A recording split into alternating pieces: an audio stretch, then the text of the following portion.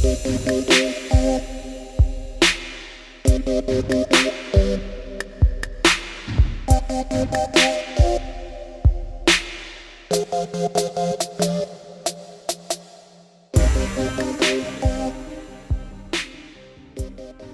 know what? A lot of times people ask exactly what a psychic reading is meant for. Right. Well, what I've noticed is a lot of people, they come to go to psychics when they're very trouble-minded and hurting in their spirit and basically sad over losing a loved one and stuff like that. That's reasons people go. What I feel my job is to do is to get to the underlying root issue of their problems. Right. So that way they're not so stressed out and have so much anxiety about life and can see things a little bit more clearly. The way I try to explain it to people is that negative thoughts is like smog. It's Right. really heavy. Absolutely. And the positive energy is the clear blue sky that's above us. So for every negative thought we have, it takes at least 5 positive thoughts to get back into the positive. Right. And when they own their negativity of that day, it makes it even more noticeable in their life of more negativity to come forward. So as an example, like if I'm having a really crappy day, Right. I always, when somebody asks me, how's your day going? I'll say, well, you know what? I woke up on this side of the earth. You got I've been it. given another chance to do it. So it's a pretty dang good day. You know, so I don't own that negativity. And another thing I think is important about finding the right psychic is the right psychic will have a wisdom that you relate to. And to me, the wisdom is simply seeing the lesson underlying everything. So if you have someone that can sort of cut through the bull, I've had people say, you know, I went to therapy for 15 months and I didn't get half as far as I have in 2 sessions here. So, Exactly. But being a therapist requires a certain specific procedure. And being a psychic, you are relying on your intuition. So you really do have to trust the person on instinct. And I thought it was interesting a while ago when someone came up and was trying to figure out whether your energy was right to them. That's the right way to go. To really think about not just going to a fortune teller, but thinking about the psychic you're going to and whether this is someone you can relate to. Well, you also want to thoroughly research your psychic, take whatever name they go by professionally in Google with the word scam and fraud, and make sure that there's nothing posted throughout the internet about them. Because I can guarantee you beyond a shadow of a doubt, you do that with my legal name, which is Pamela Rivette, the only thing you're going to come up with is the article I have written about the topic that will help protect people from being taken advantage of. But one of the things is that I feel that people get so desperate to find those answers or be back together with someone that they can be taken advantage of. Bad taken advantage of. Yes. I had this one lady that she was actually ripped off of over $55,000. I know. I talked to a woman, it wasn't that much, but who had gone in and in an hour she was $5,000 lighter and didn't even realize she had been taken advantage of until I explained to her. I always make sure that people, you know, if they have been defrauded, to give me all the information about that fraud. You do what you can, yes. And I post it. You know, there's really nothing you can do about it. You know, there's not no really laws against it except your own common sense. Right. So you have to research your readers because there are people out there who will take advantage of people. And you know what I think is important to remember is that God is not going to do something for that fortune teller that they won't do for you. So if you go, can you get my boyfriend back? Well, God's not going to say, oh, if you're going to pay her $3,000, then I'll get your boyfriend back. It doesn't work that way. No. So people need to be aware that what a psychic is there to do is provide clarity, information, and wisdom. But what a psychic is not there to do is change the future for you, because that is not what we do. Do you agree?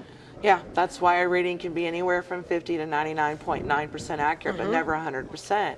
You have that free will to change it and make it better, and that's what we hope. Yeah, and so people does the other person involved in the reading if they're asking about another party. Yes. So we can tell them the best way in the participation of making a relationship work or reuniting with someone, but that other person has to have their free will to want to do it too. That's an interesting point you make, because when you said reuniting, one of my favorite scams that I see these people doing fortune telling do is say, give me $5,000 and I promise to reunite you with your loved one. Now, Or stopping do you know divorce. that 50% of people who break up get back together at least once? So, if that person and you get back together, you believe that the psychic did that for you, and you spent $5,000, and the only thing that happened is you got back together with your spouse of your own accord, and they keep your money. Yeah. And then you're calling your them. fault is what they're gonna tell you, yes. There's somebody that put a curse on him to Right. where he's not communicating with you. I need another $1,000 to get rid of the curse. But Total they are really bullshit. taking advantage of people who desperately need to believe they're in control. Exactly, and they will keep giving them money after money after money. I've had people that call and tell me about it. I'll tell them to stop. I flat out tell them you're being screwed, and they'll still go to that other person. The only way to stop it, I actually had a lady, after she was scammed out of $5,000, went to court. The police charged the person with fraud, and the grand jury just said, you know what, anyone who gives a psychic $5,000 deserves what they got, and did not indict. Oh, yes. And so with that, I tell people the only way that you will get through being scammed is don't let it happen in the first place. Exactly, because we actually are here for everybody's greater good. We're to help you find your own true happiness within inside yourself, to where you don't need a psychic. Right. You know, you don't want to live your life through a psychic to begin with. We're here to guide you. Correct. Like a road map.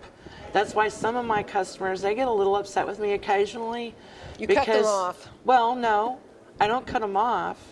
Well, sometimes I might, but it's to get them to hush because I don't want to know nothing about it. Right. I do what I call total cold readings. Well, you can't be in your right brain receiving information while your left brain is going, but her husband is a doctor. You don't need to know any facts. That's absolutely right. Yeah, but now I lost my train of thought, to be honest. And it wasn't such a long train to start with. I got CRS so bad, can't remember SHIT half the time. Yes, absolutely. But anyways, I think where I was going at, oh yeah, okay, got it. Some of the information I give my clients can be sometimes like a riddle. They'll like give a couple sentences when it's through the spiritual world, like the guides and guardians and the deceased loved ones. It's like little messages here and there that's like a jigsaw puzzle that they have to put together a little later. Right. And what not make sense to them at that moment can always make sense later to somebody else who knew the person. But it's like that roadmap of telling them little bits and pieces of what they can expect to happen if they stay on that path. You better believe But it. they can't live that path for them, so they're not going to be totally detailed about it, because we've got to learn those lessons getting to that path. My guide simply said, we're all on a need-to-know basis, and if you don't need to know, we're not going to tell you. And I think that pretty much says it. Well, one of the things that I have found too when Spirit is in level 6, and I've mentioned this on Parachat before, that the Spirit, all the lifetimes it's ever lived, comes flooding back to it so it can analyze what it's already learned. And then it can make an informed decision of whether to stay in heaven, go to heaven for a while, come back later, or immediately jump back in and learn more stuff. Choose what lessons they're going to learn, choose their parents to best set them up, and then come back to learn those lessons. Well, the guides and guardians know that information. So there's a lot of things and a lot of lines they will not cross or cannot cross, because we're all here to spiritually evolve and become spiritual beings of light. And in order to do that, we got to go across positive lessons and negative. Absolutely. Knowing that and helping people to understand that is not always easy, because there are people who walk in and they want to know who am I going to marry? What's his name? What's his address? What's his income level? Can you give me his tax returns? And they're not going to be happy with anything less than that. And that's the type of person who is going to be disappointed with a true psychic reading, because I can't tell a lie to people.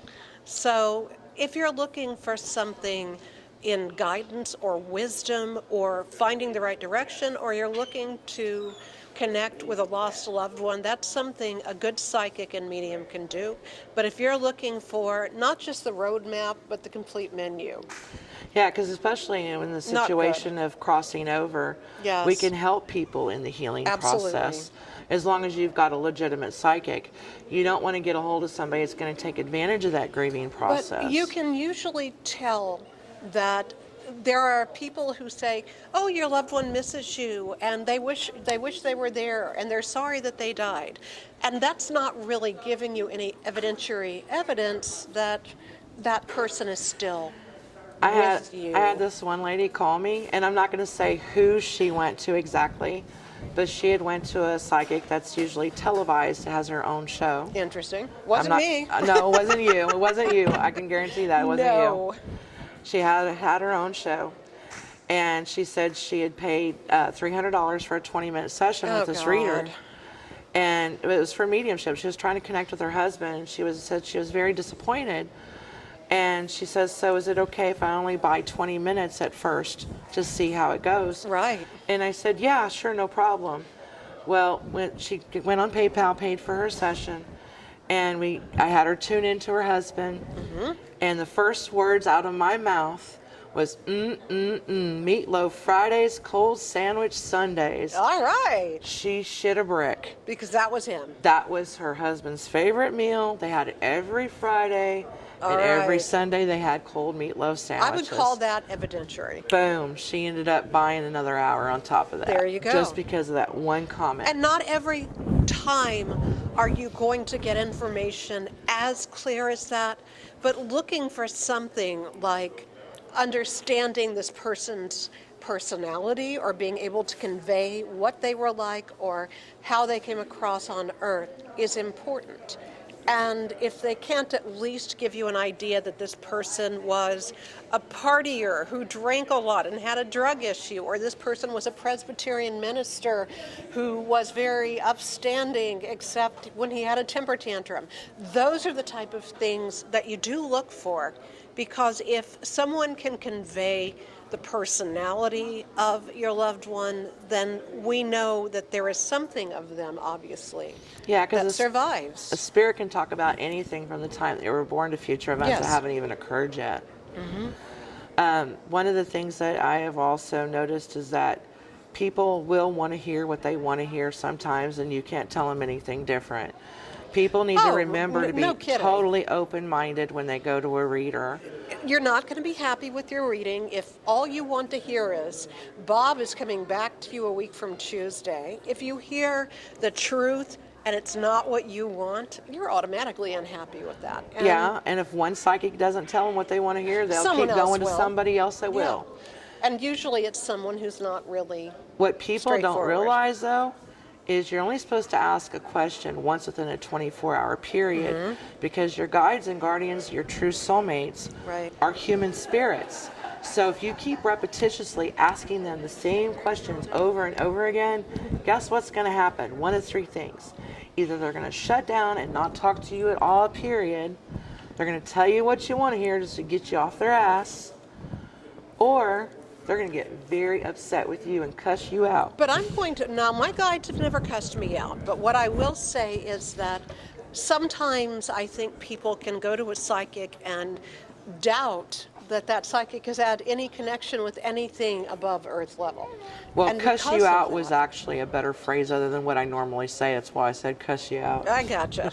They get upset and irate, and you know it. Let's put it that way. Well, yeah, and I do sense that you can't go into a psychic reading expecting. I've had people come for a mediumship reading, and they say, if she doesn't mention Greater Tuna the musical, then she's not real.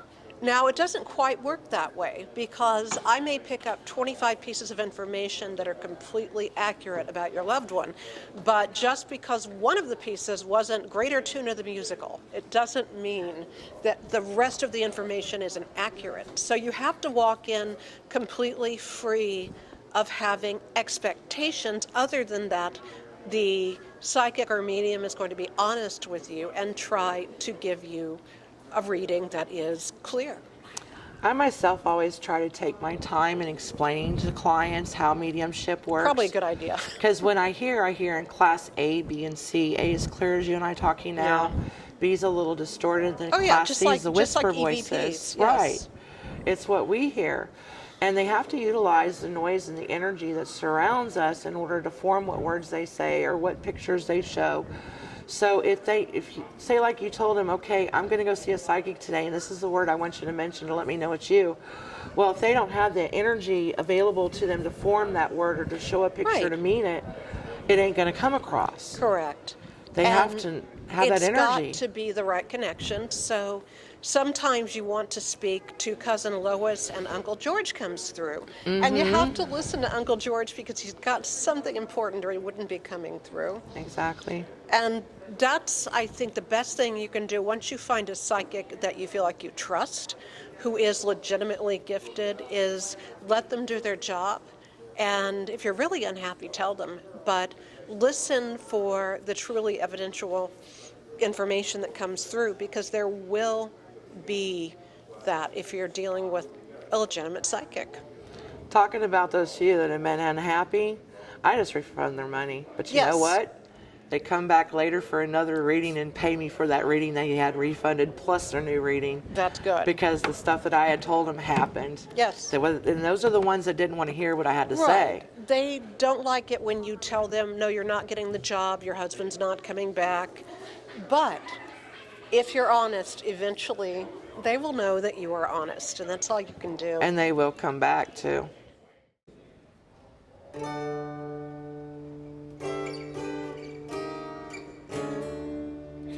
This place is How long is it going to take her to where she, I don't want to say in the black, when her business is finally making money instead of losing it on the current path. You know you're going to be on Parachat. They're on YouTube.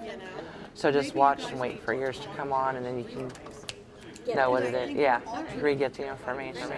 It was very good, thank you. You're very welcome, and if possible too, whenever you do watch the Parachat episodes, like, share, subscribe, and maybe even comment. Thank you very much, my dear. God bless. I sense you got to start out drawing some lines, and if they haven't been drawn in a long time, that's where appreciating each other comes in. So maybe he needs to take care of that. You think? You know? I gotta get out of here. I would think in that direction. I just get Good for you. you're both, It's good for me. and it's frustrating. And he doesn't even love you, but you probably don't reach the rating. He's the king that he thinks he is. Okay, and just having that chance to see each other. Again, if you saw him on the street today, would you think, oh, he's kind of cute? If you didn't know, okay, would you think if you saw him on the street, you didn't know, would you think that looks like a nice guy? Okay, thumbs up. So you might go out with him, right? Okay, I would look at it that way and let him know that the older is grating on you fast. But that he's welcome to ask you out on a new date or a new person, because I do think it just moves. You know how many couples I've seen get separated, move into separate apartments, then start doing things together and go, God, why did we separate? I still love you. It's because they started to appreciate each other.